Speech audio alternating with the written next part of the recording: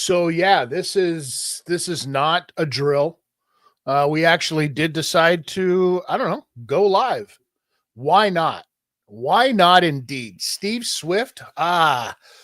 Listen. I say this out loud every single time, and it's not so much for people like you. You are a true gentleman amongst gentlemen. I say this for myself. Let's mind our P's and Q's, at least for the first couple of minutes, as I sit here and wear a shirt that says talk ass get hit.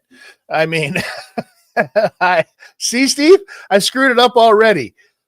But enough about me. How are you doing, man? I have a painful back, Okay. a painful bottom of the spine. However, I'm sitting on a large old man pillow, so that should be fine. It's one of those pregnancy pillows. Not that I am with child or anything like that.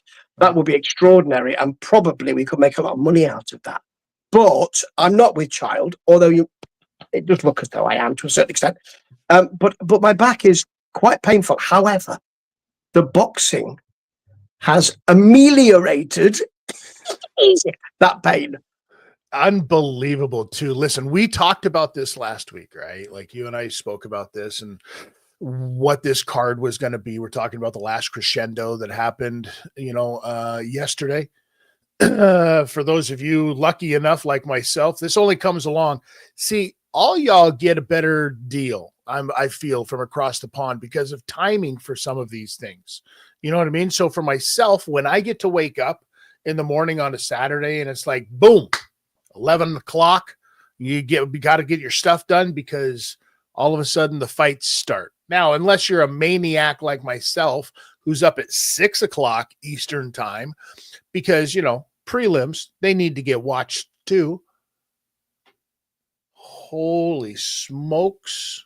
What a day of fights. What a absolutely phenomenal. If I look like I don't have any sleep, it's because I don't. Because after boxing, Steve, I watched the MMA fights until, 11 o'clock midnight again last night. I'm not the smartest dude.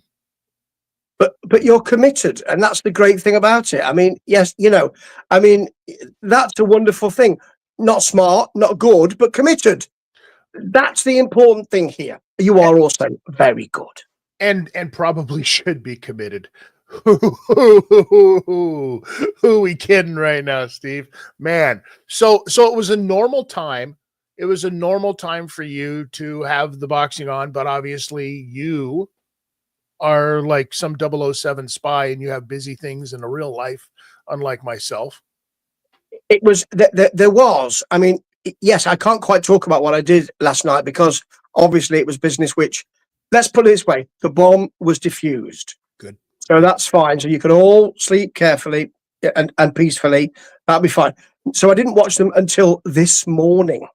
So they're like super fresh for you. Right. Yeah. Okay. So we won't get into the prelims, as good as some of those fights were and stuff like that, because there was so much even just on the main card of which you and I both know and talk enough about the world of professional wrestling to understand the ins and outs of it. And sometimes this bleeds over into boxing. And I feel like this is exactly what happened because we got a little bit of a bait and switch at the beginning because, the time for the main card was supposed to start and the first fight was supposed to be a certain fight. And we were waiting for that certain fight because it was supposed to be Buatsi and Callum Smith to start off the card. But that was not the case. We had a local talent, a 2-0 local talent, okay, start off against a gentleman who, are you ready for this record, Steve? 8-45-3. Ooh, that's some serious career. Now, we've all seen, and the gentleman, a 2-0 local fighter who clearly is getting a bit of a rub because his excellency was there from like right out the gate. Gets up, dabs up this local kid, no problem. Like he wanted to see this kid fight, right? In the world of professional wrestling and more importantly, independent wrestling, this kid sold a lot of tickets, and so he got put on first on the main card, got a little bit of TV rub, right? And off you go. That's exactly what happened, in my opinion. But then we got and kid, good outing, good outing. You know what I mean? Listen, you don't have over 50 fights on your resume and not be able to stand there and take a beating. And that's exactly what this gentleman did. And then we got into the real first fight. You know what I mean? Nothing against anybody, but I'm saying like the real advertised first fight. And if this was any indication of the way that these fights were going to go, holy moly, dude, Callum Smith and Joseph Buatsi, unbelievable. Like they set the tone, right? Yeah, I mean, we said, can Smithy,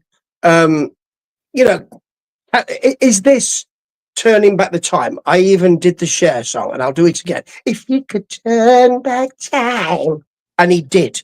Mm. He did. I mean, I said on the last time we talked that probably this is the beginning of a goodbye procession for him. But not now. Not now. I mean, it was close enough, and that Buatsi didn't look overmatched particularly, but those two came to fight. And Smith, I didn't think would have come to fight. I thought he would have. There's sometimes a feeling, even if I'm not saying that people are saying, take a dive in the fifth, Callum. It's not like that. But sometimes you have the feeling that, okay, I'm sort of on the B side of this because Buatsi is the one who is saying, we're all saying, hello, he's the new guy.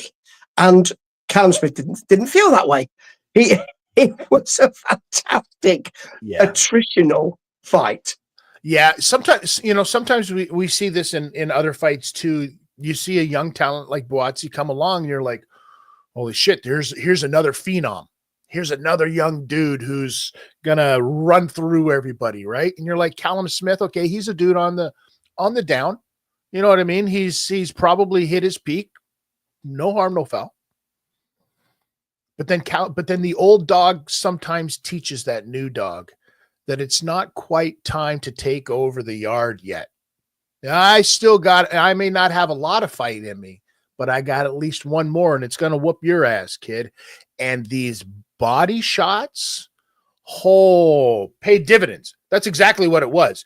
And the way that Callum Smith was sitting down on his punches, I was like, holy shit, I had this one completely wrong. I had this one wrong, but don't get it twisted, people.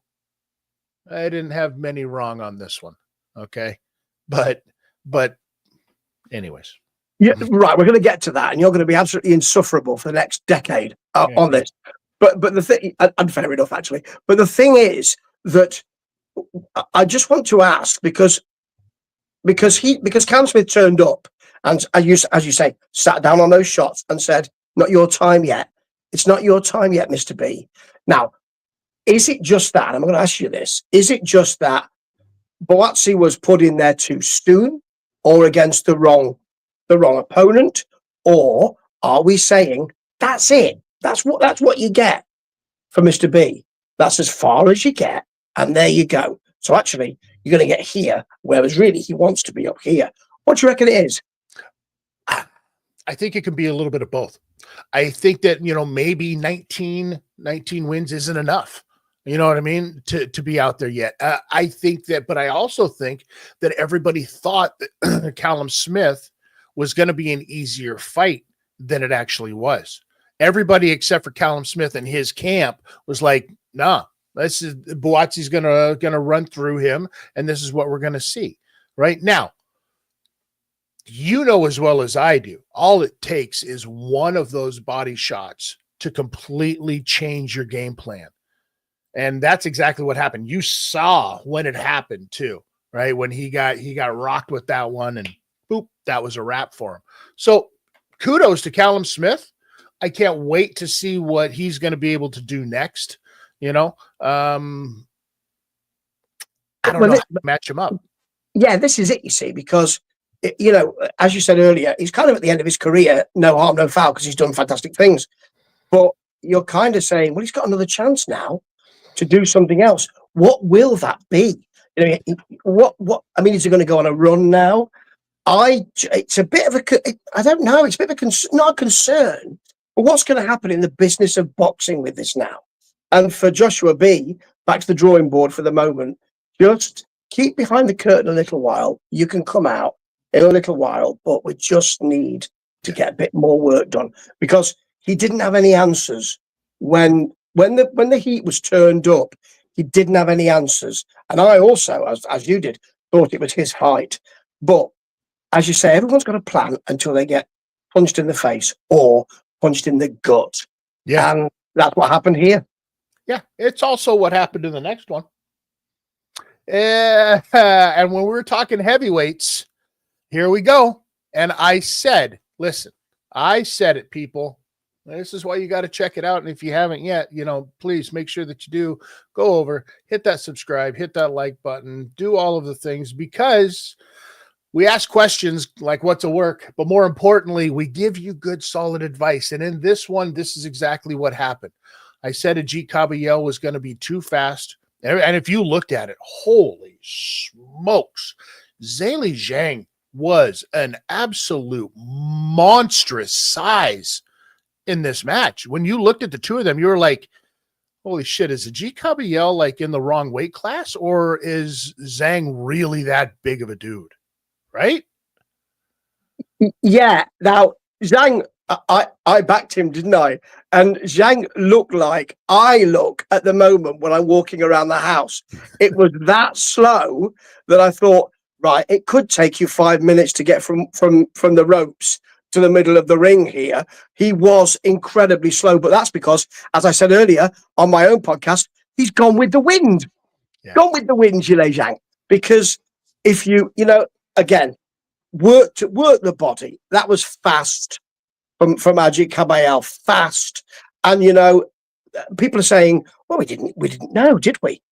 He's now a new talent on the in the heavyweight world. Yeah, he is, because he had a tactic, he had a game plan, he worked towards it. Zhang had nothing. But I'm just asking this: Did Zhang's team not think you might get some body shots here, Zhilei? You might get some body shots. What should we do? Did they go through the whole camp thinking it's going to just try and hit just here, nowhere else? I don't think he'll be hitting your arms even, and certainly not the gut. They can't have gone through a whole camp in that way. He had no answer to that. He was blowing wind by the second round, I thought. Yeah. And here's the thing. Kabayel is not a big heavyweight by any stretch of the means. When you look at some of the heavyweights out there, even, you know, Joseph Parker, when we're going to get into him in a second, not a big heavyweight as well. But some of these guys, Martin Bakole, Zhilei Zhang, Tyson Fury, you know, even Deontay Wilder, big, tall dudes. But the cream of the crop, the guys at the top, is a guy by the name of Alexander Usyk, who, again, not a big heavyweight. So Kabayel, when you got guys like Usyk, you got guys like Kabayel, could this be bringing back, you know, that natural heavyweight, not these monstrous titans, you know what I mean? They're going out there to defend whatever Mount Olympus. Like this is absolutely insane. Some of the size of these guys. Could we be seeing a resurgence? Well, when you see what Usyk is doing, and you know, it feeds in, doesn't it? When you see that Usyk is really a cruiser, in a way, he's a big cruiser and a fantastic boxer. By the way, I'd like to see Kabayel get in with Usyk and work his body, because, you know, big dude AJ had some success with that, and with not half as strong punches as Kabayel. However, I think when you've got someone like Usyk at the top, that kind of goes back to promoters and managers and trainers to say, actually, it looks like that, you know, the Klitschko era is over, you know, and we've seen the deficiencies in Tyson Fury's game with the big dude. So, yeah, I think it is going back towards a more natural weight. And I absolutely love that, because I'm sick and tired of one punch, although I love it, of course, one punch knockouts and holding and all of that, and getting tired as soon as but getting tired even in the intro, sucking wind even when the referee's saying get back to your corners. Okay. So, I want smaller dudes. It's great. I think also it holds credence to the fact that you can have more matchups, because it's getting to the point where, I mean, for a guy like Alexander Usyk, or even a guy like, Ajit Kabiel, who can you match them up with that it doesn't look like it's some kind of a mismatch? When you have these things happen, it really shows the drastic stretch that is the heavyweight division. When you look at the other weight classes, right, and how tight they are in that window, there's like 9,000 weight classes until you get to heavyweight. And then it's like, okay, 206 and whatever the hell else. How big are you? Sure, that's where we're going to stop it until a bigger guy comes along. Like, what are we doing here? It seems ridiculous. So I loved to see the fact that Ajit Kabiel, this is what I said was going to happen, was that, he's going to surprise people. And that's exactly what he did. I think he surprised a lot of people in this one. And Zhang his time at the top is over. It's over. I think so, because it was incontrovertible, wasn't it? It wasn't just, well, he got me with a lucky punch. He didn't really. He worked your body, and you didn't have any comeback to that. You had no comeback. You had no wind. Your deficiencies were clear. And sometimes this happens, doesn't it, with heavyweights, particularly with heavyweights. You get a small period where you are unbeatable because you're on the top of your game, and very quickly it goes. And I did say it all depends what is left of Zhang. And there was that much. It's, what it is? It's, to me, Steve, it's like a video game. It's like one of those video games, and the final boss, right? The final boss is this big of a level, is this big monstrous thing that you've got to try to get through, right? And you're clearly outmatched, but you might get knocked down the first time, but you figure out the pattern. You might get knocked down the second time, but you figure out a little bit more of the pattern the third time, but eventually you figure out the pattern. And then the pattern becomes just like second nature. Oh, okay, I can get to that first level. This is what I got to do to beat that first boss. Boom, I'm off to the next level. And I think that's what it is with some of these guys, especially with a guy like Zhang, is that he's that boss, but only a first level boss. And now people have figured out how to get past that, right? Yeah, I think so. And I think, once that happens, you're not going to get back up to that level again. I think if he's got a choice to make now, hasn't he? Either that's it, or it's exhibitions, or he knocks around a bit and gets a few, and is a proving ground for some fighters. But really, when you've been a champion, who wants that? Exactly. Yeah. What's the point of that? Why bring yourself backwards? You know what I mean? Because then you're just all of a sudden after that, everybody starts tagging on that name, journeyman. And I mean, as a heavyweight, listen, they do age slower in the world of boxing. You know what I mean? They can go a lot longer. We're looking at a guy like, George Foreman. Look, I mean, the guy was older than dirt, when he was knocking dudes out. So it happens. And I think that's because the athleticism isn't as prominent as it is with some of the smaller fighters. And that window is much tighter, right? Now, moving on, we got to see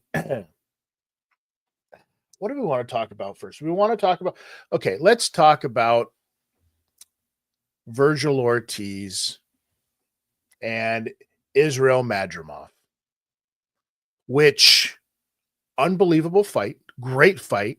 I think Madrimov did a fantastic job at the beginning, but it was very clear what he wanted to do and what he didn't want to do. And what he didn't want to do was get punched by Virgil Ortiz Jr. Clearly, like that, Madrimov was on his bicycle from the very beginning, right? How did you see this one? Yeah, exactly that way. And, as we said before, Mr. Ortiz will fight anyone, and he will fight you. And you said it's going to be a real, and I said it's going to be a real gunfight, this. And that's not exactly the way that things happened. If you're in there, I mean, you've got to have to. You're stepping in. You're stepping into something. So you've got to know you're in deep water to begin with. You know, you really are. So you've got to meet that person on their own ground, and that wasn't entirely the situation, really. Um, you're in a bad place if you're thinking, I know, I'll just be like smoke, and you can't hit me if you can't see me. That's not. That's not going to work particularly well. So yes, I agree with you entirely. And it wasn't the fight we expected to see, or probably wanted to see, in my view. Yeah, because we expected to see a little bit of a different fight because we wanted to see that Madrimov that gave Terrence Crawford fits. That's what we wanted to see. Now, Madrimov came in and he had a game plan clearly, and that was to not try to stand and trade with Ortiz because we saw what happened when he did. But you can only be on that bike for so long, right? Yeah. And the thing, I mean, going in with that, you're right. Going in with that kind of tactic won't work with someone who's pressuring you constantly. Because, you know, if you're on your bike, then you're going to have to put an outboard motor on it because he will be after you and after you. He'll never leave you alone. So it's not as if you can take, and it's not the kind of situation where your opponent will take rounds off. You know, you might be in camp and think, he usually takes the fifth and the sixth off, so we'll be all right. And, you know, maybe I can get something done during that time, and maybe I can in the middle of the fight. That doesn't happen. It doesn't happen with Mr. Ortiz. Never happens. So yes, you're right. You're going to get tired just by getting on your bike and being constantly aware. In a way, it's easier. It's easier to be on the offensive and to get your game plan working in that way. Mentally, it's tougher sometimes to always to have that defensive. Well, I need to do this through all of these rounds. It was a shame in a way, but you know, Ortiz fights one. You know, we know the way he's going to fight, and that's exactly what he brought. Well, here's the thing. I've never, we're old enough. We remember Wide World of Sports, right? We remember the agony of defeat and dude coming down the thing and all of the clips that went along with it. And we've watched enough of the Olympics and sporting events to understand that there is no race backwards. There is no race where you go 100 yards or you do a marathon backwards because it can't be done. And this is exactly what happens in boxing. And Madrimov he was going to fight this thing backwards the entire time. It's not going to happen.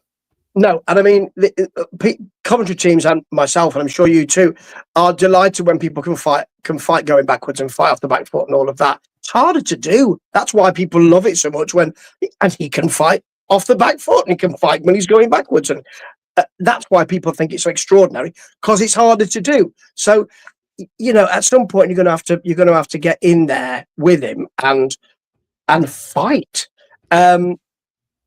We thought it was going to be a lot more incendiary than it was. Wasn't a damp squib, but none of these fights were actually. But there's nothing that I thought, oh, right. But it was a shame. Yes. Yep. And if you haven't noticed yet, for those of you that are watching, those of you that are listening, if you haven't noticed yet, there is a bit of pattern going on here. And this is the first time, right? And I love boxing when there's a pattern like this that utilizes boxing, that isn't everything just like we're going for headshot. And if you've noticed leading up so far, body shots have been winning fights. Jabs win fights and body shots have been finishing fights. And we saw this through the night, right? This was probably one of the only ones where it really didn't happen because Madrimov just kind of got tired of being on his bike, and then eventually you're going to get hit. Eventually Ortiz is going to catch you. That's what we're going to see. After this, again, then we go back, and you had, what do we have? Shakur Stevenson in probably the most lopsided match, unfortunately. But listen, Padley came. He came to fight, right? He was like, I'm screw it. I'm getting paid and I'm getting paid well. Let's go. Let's fight, right? What'd you think? Yeah. 2 days notice. The electrician from Doncaster is coming to do is coming to put in some CCTV for me next week. So he's doing that, and he can tell me about the fight. Well, not really, of course, but there's lots of I mean, the commentary was so lopsided as well. I mean, at one point they said, "Well, I mean, he's trying hard. Bless him, bless him." Never heard that before in a boxing ring. No. And I mean, listen, this fight went exactly the way that it was supposed to go, right? But almost didn't. This is the thing, you see, that I wanted to raise. And I'm sure you do too. I think did Padley have 2 days' notice? Was it just 2 days' notice? And Stevenson, I know he was having a laugh and looking over at Padley's corner and pulling faces and all the rest of it, and having a good time. The issue is, Mr. S, that in the business of boxing, we're not quite sure.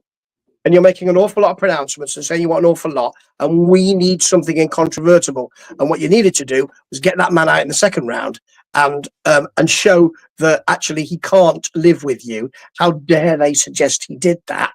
I'm sorry, mate, but you spark out. And Padley lived with him for and took him into the later rounds. And that is Padley taking him in there. Now you can say he's a warrior and going out on his shield and all that. But from what I saw, Stevenson didn't give him anything or not too much to really soak up. So this is a problem for Stevenson as well.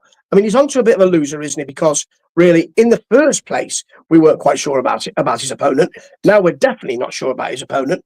And he needed to get him out there in the second round, not even the third, second round. Have a feeling out process in the first, smack him round the chops in the second, get him out of there, say, can't live with me, and nobody can.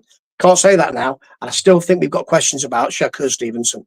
And this is what I said going into this as well, is that he needed to, exactly what you just said, Steve, is he needed to really sit down, bite down on the gum shield and say, no, I belong at the top here, because there's a lot of people questioning exactly that. Does he belong at the top? One of those people is even Gervonta Davis. Gervonta Davis just sent out an LOL off of the fight. That's all he said. And you don't need that, because realistically, if you're Shakur Stevenson, that's the biggest fight. That's the name that you want. But I'm telling you right now, you're going to get dusted if this is the way that you're performing. You know what I mean? Like, I think that there was nothing wrong with his performance, but it wasn't a performance from a guy that makes me want to go, I want to see that guy in a title fight. You know what I mean? Yeah, it was almost an Adrian Broner situation for me. That clowning and all of that, and that sort of, wow, this is not really worth anything, is it? Well, actually, we're paying for this. So you know what? We've come out to see it. So actually, you need to understand that we want to see you perform. So even though you think it's funny and you think it's a bit of a joke, it isn't, mate, because you'll understand that when you come to make your next fights. And I think the only difference really, though, is that Shakur Stevenson still won. That's the only difference between him and an Adrian Broner fight. Let's face facts. Has there, side note, has there ever been a bigger waste of talent than Adrian Broner? Do you think Adrian Broner could have been a lot better than he was if he had a real promoter behind him and not fucking Don King? Well, yes, and also, but you also have to go back to Adrian Broner, don't you, and say, what, if you could play that again, what would you have done differently? Oh, all those things. So you've got a list that's 9 pages long. Okay, then. So yeah, all of those things. Yes, a complete waste. There are other people in the heavyweight world that I think, that's also a waste of talent. But definitely, Adrian Broner stands out, and it's such a shame because he had the business of boxing and the boxing of boxing as well. When the business of boxing takes over your boxing of boxing, done. There was a time when we were looking at Adrian Broner thinking this guy was going to be the next Floyd Mayweather. Like, there was a legit time where we were like, holy shit. And then the fall off was like, he just ran into a wall as fast as he possibly could. And to the point where it's, I've said this for a while. It's comical to me the whole that Don King even still has a footprint in the world of boxing right now. And I think it's even more comical that he has managed to pull people into his universe that has done absolutely atrocious things for those people's careers. And I think Adrian Broner is a perfect example of that. Yeah, it's Right? such a shame. Yeah, I mean, well, that's it. I mean, we're never going to see. He won't. He's lost that chance now. Of course, of course. And yes, you're right. It's a real shame. I don't think that Stevenson is on that kind of trajectory, but he's got to be careful. All that clowning that he did. We know that Padley is not the opponent you wanted, and we know it's a kind of Cinderella story. But you know what? If the ugly sister wins, then I'm not interested so much. So, what you needed to do is shut him down and then be very, very nice about how wonderful it was that he turned up. That's great. Yeah. But he can't do that if he's laughing and joking throughout it. It's not an exhibition fight, and you are not Floyd Mayweather in an exhibition fight. You're not Floyd Mayweather. You're not Ben Whitaker. You're not Prince Asim. You're not guys that can clown that way and still put them out whenever you feel like it. You needed to go out there and send a message, and Shakur Stevenson did not send that message. Now, what do you do with him next? I don't know. I listen, I would love to see a headline somewhere where I see the name Stevenson and the name Ennis on the same card someplace. I think that one, could draw very well. But we'll see. We'll see what happens. And like I said, it's still very, very early in that. One guy who I felt got robbed was your guy that you were touting so well in this one, right? And that fight against Adames and Shiraz was, I don't know how we got to that decision. Can you explain that to me?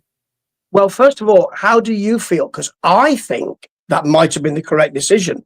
But there might have been, I think I'll add a caveat. There's a reason for that. First of all, tell me what you think, because I'm interested to know your thoughts, because I think I was blinded by my thought that he would get him out of there and he'd be fantastic.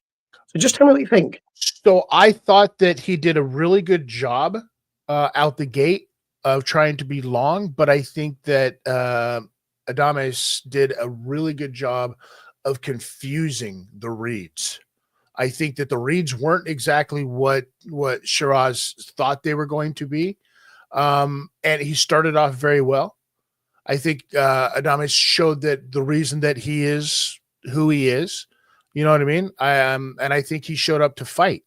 I didn't necessarily, I can see where they kind of gave the draw to this one, but I could have also seen where it could have gone either way, because I don't trust anything in the world of boxing and judges. Yes, I think you're right. When we spoke last, I was talking about how I thought that Hamza Shiraz would blossom and become, and Prince Nassim was there at the, at the event, and I think he will blossom into that kind of fighter. And we didn't see that. And I think that the extraordinary pressure of that bore down on him a little, and I didn't think that would happen. So I was a bit cheesed off by that. I thought he might really enjoy himself here, and I thought he set about it in a this is a serious fight type. But I thought that Adames had a really, as you say, great ability to disguise and for people not to read. And I thought that Shiraz has a height and reach advantage, so you've got to get that sorted. And I thought that Adames did that generally, and I thought that Shiraz fought in and succeeded in blocks. And I thought that when he did, he looked really silky. The draw could be correct. I thought that Shiraz came on strongly later on in the fight. But I think it was such a tactical fight, a really enjoyable fight, actually, if you really love boxing. Right. But I throughout it, I was thinking, come on, give us some showboating, do this easily, blossom, and he didn't. Yeah. And that's a bit of a worry for me, because he's been doing that, and I thought this would be his big coming out, and the draw's correct, I reckon. Yeah, but we've seen this before because, listen, to steal it from another fighter, Ben Whitaker, this happened in his last fight. Everybody thought, because up to the point of his last fight, he'd been dancing, showboating, clowning, like, dropping shots, all of that stuff. But his last fight, he came out, oh, this is different. This is a little bit different. And everybody got a little confused and worried. I don't know if we're there yet for this one. You know what I mean? With Shiraz. But we'll see. Bob, yes, this is live. We are not Memorex. We are not dead or unalive. This is very much live, and this is what we're doing. We're talking some boxing.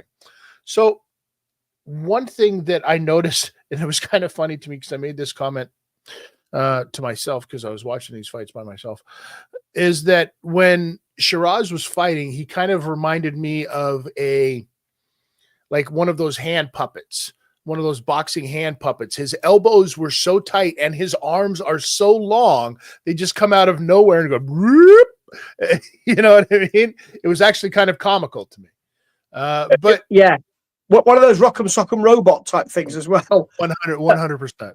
Yeah, but the thing is, you're right. You can only do what your opponent will allow you to do. Yeah. Unless you have extraordinary talent that we haven't seen yet. Right. And you're going to say, well, there's another 2 gears I've got, so I'm just going to show now. I've been keeping these. That's what I thought would happen. I was wrong, and I was pretty upset about that because I thought that Adames would come out and do exactly what he's doing. He's a great fighter, and I thought that Shiraz would just go, hang on a minute, mate. You've not seen this yet. You've seen the tapes, but you ain't seen this that I can do. And he didn't. No. And Adames didn't let him fight the fight that he wanted. And that's what champions do, isn't it? Yeah. You know what makes up for skill as well, and for slickness and those things that we thought that was going to happen in that fight? Sheer, unadulterated power always makes up for it. And this is what we saw in the fight between, and listen, first of all, huge shout out to Martin Bacole for taking the fight with Joseph Parker in the first place, probably sitting on his couch comfortably, not having a worry in the world. He was probably just getting ready to order the pay-per-view for $25.99, thinking it was a hell of a deal. And all of a sudden his phone rings and says, don't order that yet, Martin. I got a better idea. How would you like to come see the fight? Well, great. That'd be great. I'd love to come see the fight. Okay. So, well, since you're coming to see the fight, how would you like to bring your gear with you? Oh, what do you mean? We're going to get some sparring sessions in or something like that? Maybe somebody needs me to hold the pads for? No. How'd you like to fight in this on the main card against Joseph Parker? Yeah. And before they could even finish the sentence, Bacole had already showed up. He was sleeping when the fights started and just kind of walked in. I was surprised they remembered to put his boxing shoes on and not just his runners, wearing a pair of jeans like it's a run-in from friggin' Texas back in the fucking 80s. This is great. He was getting his shorts on in the plain toilet, is my understanding. So he was doing that. He was so he was ready. He was ready when he came in. I'll fight anybody. Now, it didn't work out for him, but I'll use another phrase that I've not heard in boxing before. Bless him. He was there, and it was a really easy night for Parker when actually we didn't find anything new out about Parker, and I think he's vulnerable. He's so vulnerable. Yes, because Bacole, Martin Bacole in that first round was touching him. And I was sitting there going, holy shit, is this going to happen? Is Bacole going to come out of nowhere and make this happen? And up until that shot, Parker was getting touched up, right? Yes. And I think that, both of us said that Dynamite Dubois would, as you said, he might get off the floor, but he'll do that and he'll win that. And I firmly believe he would have done. I think that of all the heavyweight champions at the moment that Parker is. It's the one that you want to look at and say, "I'll have him. I'll go for that one, please." So we learned nothing, and it was just a sort of. It was the sorbet, but because he'd just got off the plane, it was a great boxing story. So, as you say, he could have had a go. I mean, at any point in a heavyweight match, you can hit someone and they'll go, and that's that could have happened. And that's exactly what we saw in this one. It was like, Bacoli took a shot in the top of the head and just kind of fell and was like, nah, I'm good. We're good. We don't need to do this. Pulled out the old Bob Sapp, award. And it was fantastic. And that's all that he had to do. But if we're talking the heavyweights now, and we're talking about like eliminators, does this mean that we're going to have to, are we going to try to set up Joseph Parker and Ajit Kabayel? Well, that would be great. Can I just say, shout out to you for mentioning Bob Sapp. I'd forgotten. I mean, really, where did that come from? Extraordinary. Yes. Well, Parker versus Kabayel will be fantastic because actually they're fairly, are they fairly evenly matched? What I mean is, Parker's not a monolith, is he? He's not like 7'5", hewn out the living rock. He's not like that. So that could be a really interesting fight. I think Kabayel wins that fight. And that would be the fight to make. You're quite right. You're such a great matchmaker, Tidster. It's a great matchmaker.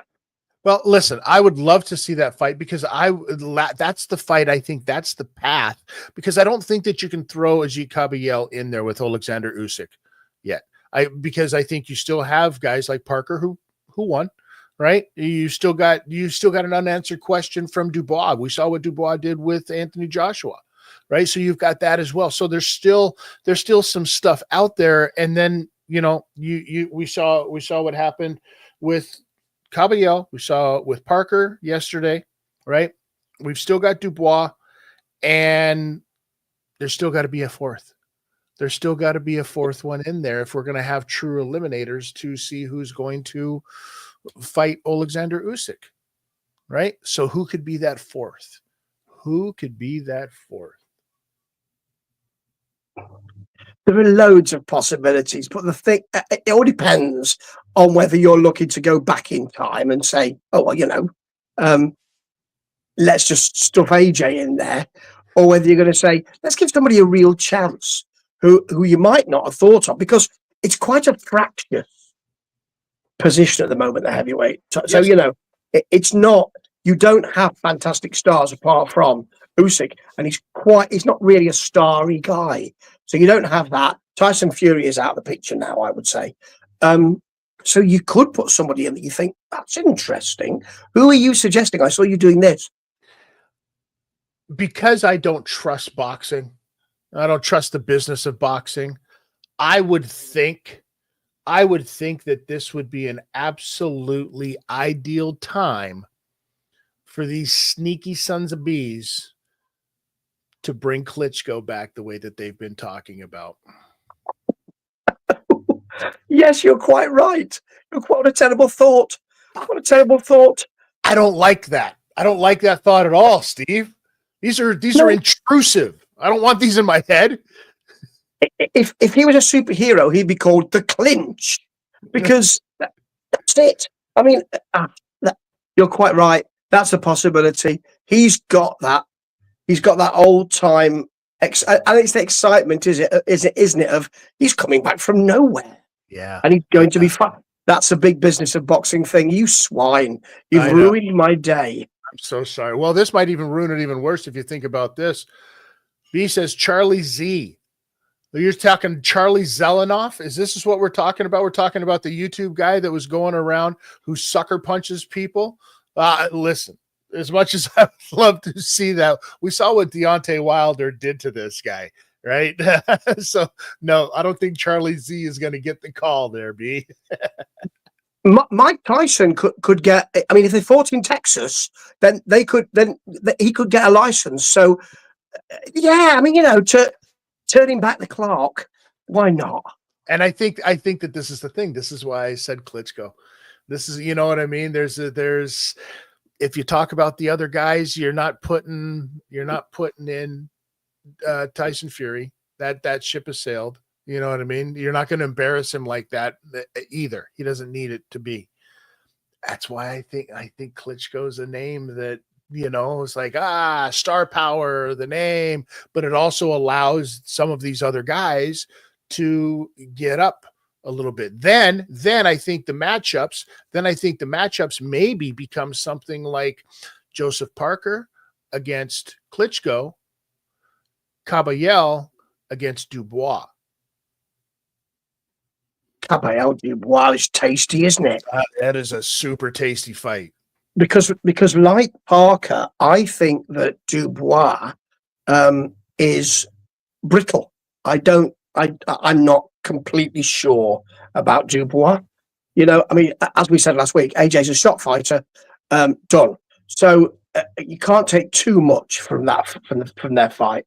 I think that Dubois is brittle, and Usyk doesn't usually put people out there, does he? But he damn sure put him out. Mm-hmm. And I think that that will be a superb fight. I think Caballel wins that.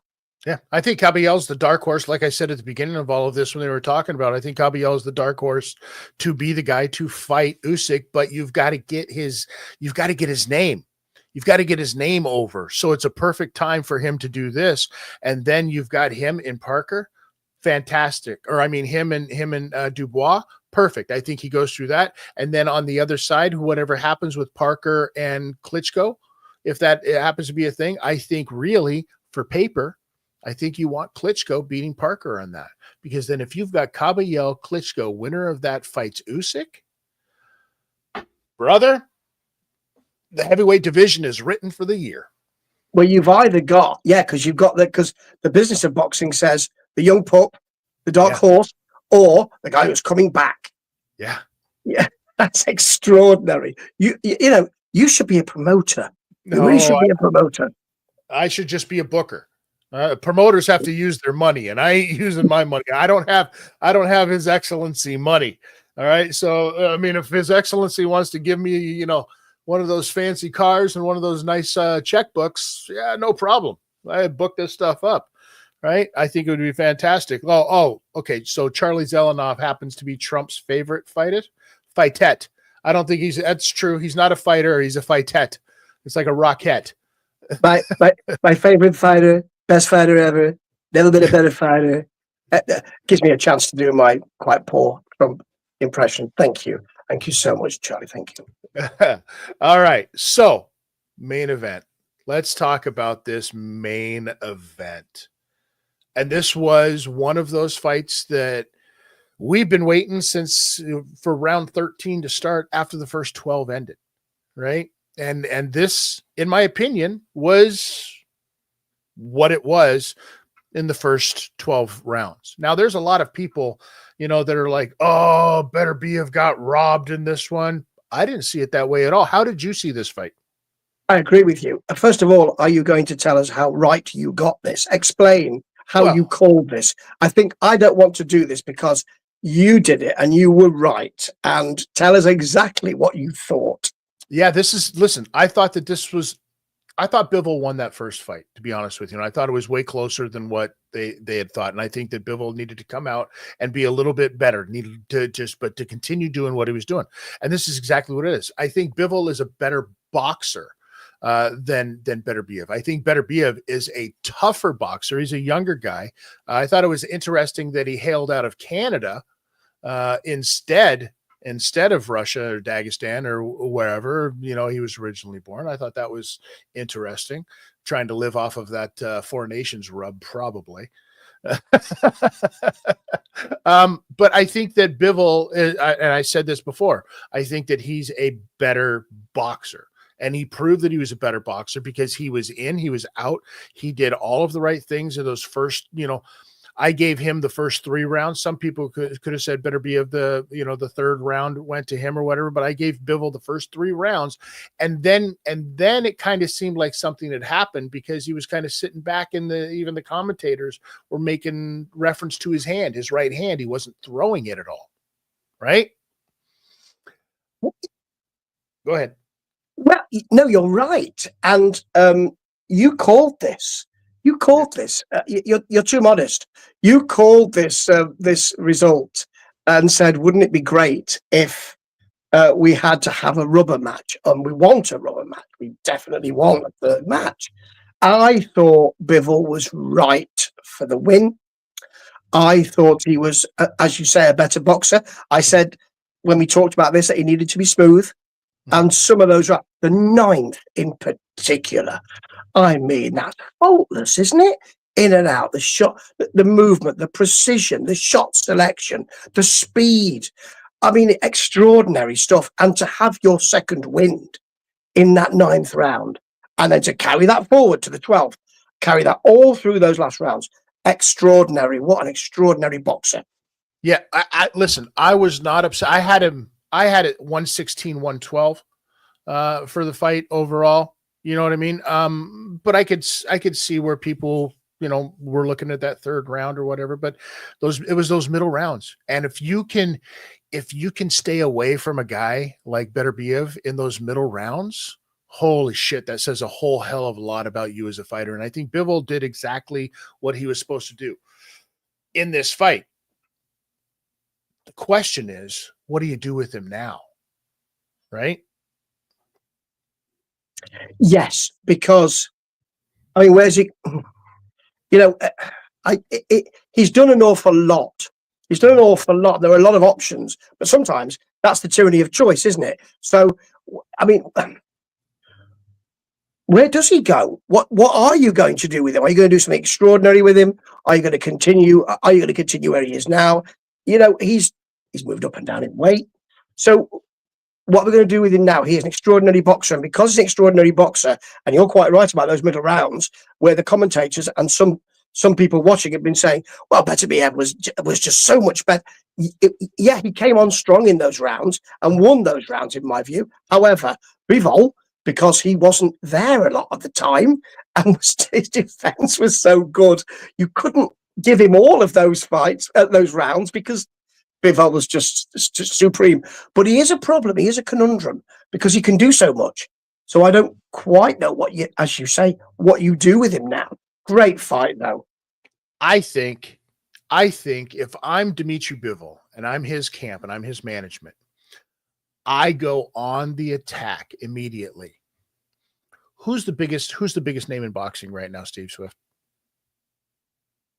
I mean, not for him to fight, but who's the biggest name in boxing right now? It's a guy that he's already beat, right? Oh yeah, absolutely. It's Mr. Tainted Meat himself. Who's the guy that Canelo Alvarez doesn't want to fight? David Benavidez.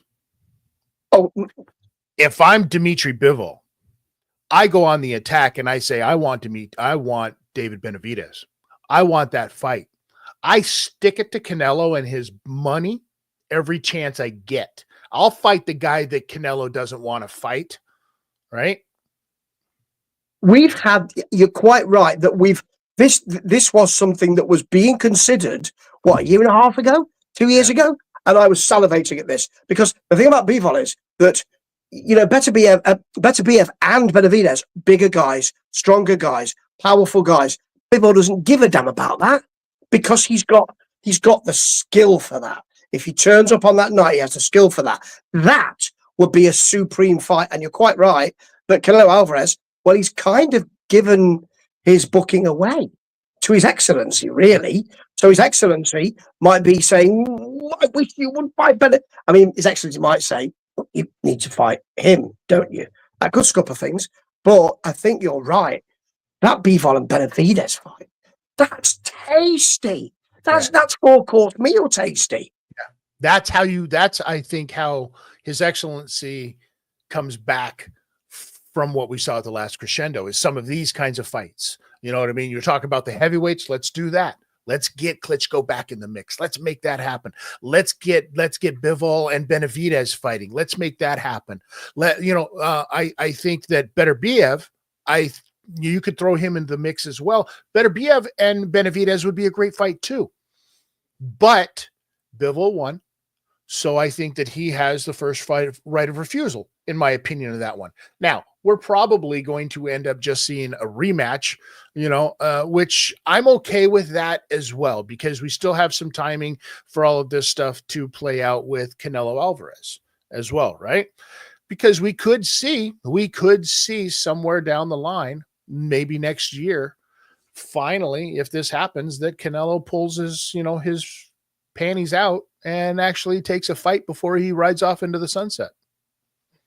It could happen. And I'm really interested in the comment that you made about the heavyweights, and actually the way this is shaping up as well around Bivol and Beterbiev and all of that.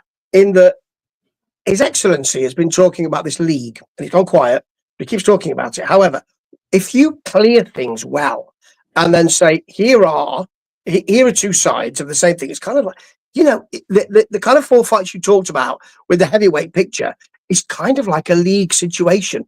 It's like a playoff situation. So that's exciting. If he can clear things up and clean the stables, if you like, that's hard. But if he can do that, that's going to be fantastic. That's better than a league. That's sort of saying we're clear on what we've got here now. We're clear on legitimate boxing and titles and where we're going now. That's fantastic. I'm all for that. Yeah, I think that is probably the way to go. And I think that what'll end up happening is you're going to see a lot more of the promoters, the bigger promoters, your Warrens, your Hearns, all of these guys coming to His Excellency to be able to do this. His Excellency is going to be a great tool to make sure that everybody can play nice. So he is the league, like boxing is the league, and he is the centerpiece of it, right? And I think I'm here for it. This is fantastic. I would love to see what they're going to do for 2025, right? If you're a boxing fan, this works really. It's beautifully done. And you've still got some hoopla in there, which I really like. I love all that roll up stuff. So you've still got that. But you have got some stuff shaping up to be fantastic for this year. Can't wait. I love boxing when it's like this. And the amount of airtime that they, Terrence Crawford was there throughout the entire thing, right? He was there. Usyk was there throughout the entire thing. Here's the funny thing that I noticed about Usyk too, because in this climate of everybody's like, oh, you're not allowed to say where you're from. Oh, the war climate and everything that's going on with the United States and Russia and Ukraine. Usyk's the funniest man in the fucking world. Like, he showed up looking like the Ukrainian flag. It was the perfect colors. I was like, you sneaky, sneaky man. I thought it was great. And not only him, but made whoever came with him dress the same exact way. He's funny, man. Yeah, but he is the man.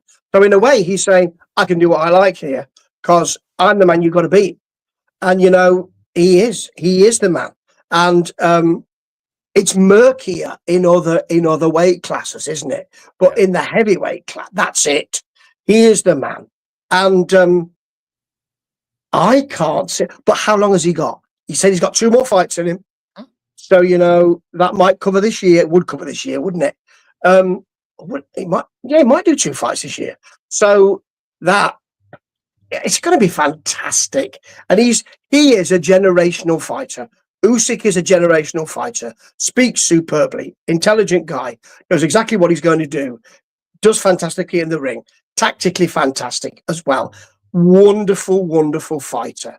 We will never see his like for another generation. That's what happens. And it's not just in the heavyweight world either. Absolutely. And I think this is one of the things that His Excellency is doing. If you look at this, like they had the heavyweights, they did Fury and Usyk. Now they've just done, Beterbiev and Bivol. He's going to be doing Canelo and Crawford. He's also got to deal with Inoue to be, you know what I mean? So he's going right down the list, right, of the best in all of the weight classes. And I'm here for it, man. I think it's fantastic. I can't wait to see what is going to be next coming out of Riyadh season. We know we've got some fights coming up, and we're going to be talking about those ones as well. Steve, what a hell of a way to spend an hour on a Sunday. I mean, hopefully your back feels better. It will all depend how Liverpool have done, because they're currently playing and it's versus Man City. So we'll see. We'll see how my back feels after I've seen the result. All right. All right. Well, hopefully it's Liverpool and not a Darwin pool. Okay. I got lots of them, Steve. This is what you're going to find out about me. I don't know where they come from either. Holy crap. Listen, for the rest of you, if you can, please go check out Steve's stuff. World Weary Guy 1 on all of his socials, myself, Notorious TID, as well as Tid Talk on YouTube for the other channel. If you haven't yet, please hit that subscribe, hit that like button. We've got the Wayans brothers, the Bees of Boxing, some wrestling talk, all going on over here. Steve, always a pleasure, my friend. If I don't talk to you soon, listen, you have yourself a wonderful, wonderful week. I'm sure that we will talk. And remember, I know you got that luxurious beard, but underneath there is a chin, my friend. Make sure you tuck it, okay?